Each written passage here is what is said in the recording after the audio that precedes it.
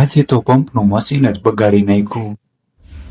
Hello guys, welcome to my new blog. હા, મને કાંઈ સમજાતું નથી આ લાઈટ મને જો રેડ કેમ થઈ જાય છે. જ્યારે નીકળું ત્યારે લાલ જ હોય છે.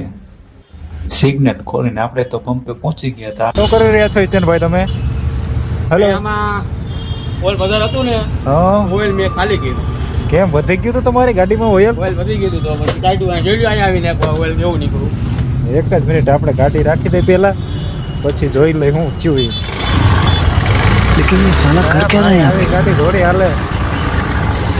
શું કરી નાખ્યું આ ભાઈ? ગઈ. પછી આપણે જવાનું હતું બેંકે ચેકબુક લેવા. પછી તો આપણે બેંકે પહોંચી ગયા, પણ ત્યાં તો હતી લાંબી લાઈન.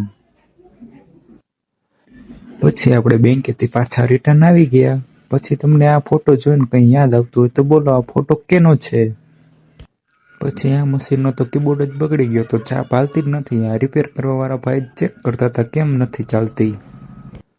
પછી તો કીબોર્ડ ખોલીને એક ચાપ ચેક કરી, પછી ચાલતું થવા માંડ્યું. ખતમ, bye bye, Tata, good bye, ગયા.